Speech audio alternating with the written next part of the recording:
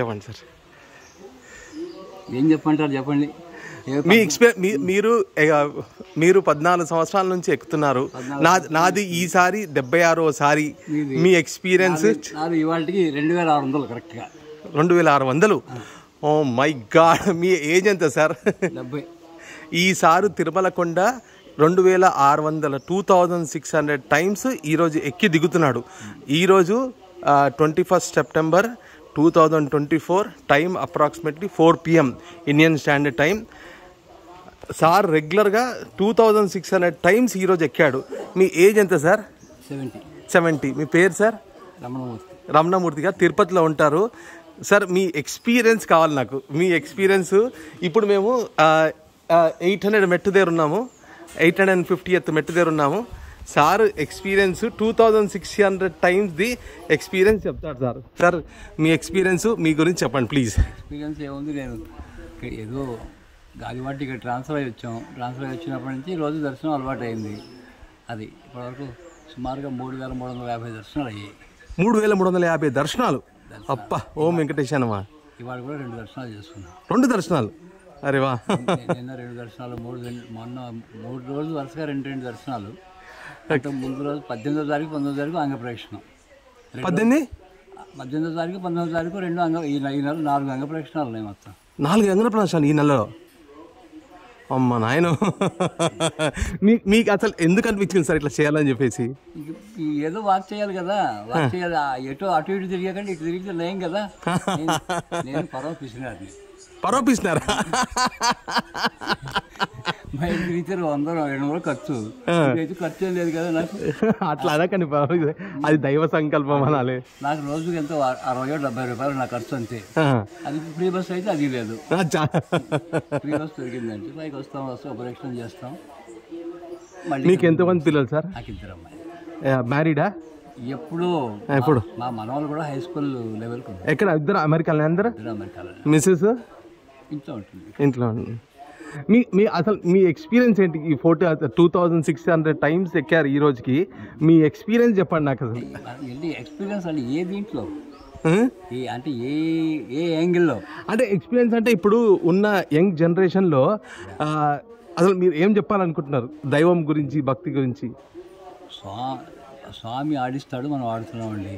కాబట్టి ఏంటంటే స్వామిని పరిపూర్ణంగా నమ్మకం చేసేటైతే అన్ని ఆయురారోగ్యేశ్వరులు అన్ని, అంటే ఆ విశ్వాసం ఎలా ఉండాలి? అచంచలమైన విశ్వాసం ఉండాలి. ఇంక షేకింగ్ ఉండకూడదు అందులో.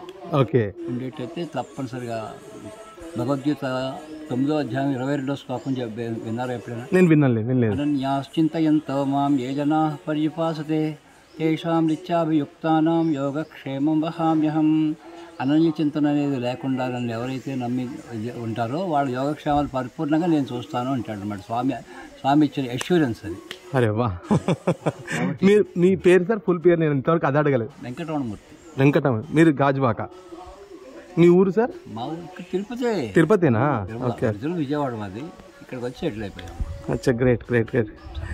మీరు యంగ్ జనరేషన్కి ఏం చెప్పాలనుకుంటున్నారు? నేను ఇంతకుముందు అడిగాను, అది క్లియర్గా మీరు చెప్పలేదు. యంగ్ జనరేషన్ ఈరోజు దేవుడు అంటే టెక్నాలజీ, ఆర్టిఫిషియల్ ఇంటెలిజెన్స్ చాలా వచ్చేసేసి ఏది ఏమైనా కూడా అన్నింటికి కూడా చివరికి వచ్చేటప్పుడు వేదాంతంలోకి, అన్ని వేదాంతంలోనే కలుస్తాయండి. ఓ వెరీ గుడ్ సార్. ఏదైనా సరే చివరికి వచ్చి కలిసేది వేదాంతంలోనే కలుస్తాయి అన్నమాట. ఎందుకంటే ఒక స్టేజ్కి వెళ్ళేటప్పటికి సైంటిస్టులు వాళ్ళే చెప్తారు. ఐన్స్టీన్ చెప్పాడు. ఐన్స్టీన్ కంటే గొప్పవాళ్ళు మనం కాదు కదా. E=mc² కనుక్కున్న ఐన్స్టీన్ ఉన్నాడు కదా. ఆయన దగ్గర ఇప్పుడు భగవద్గీత పుస్తకం రెడీగా ఉంటుంది అనమాట.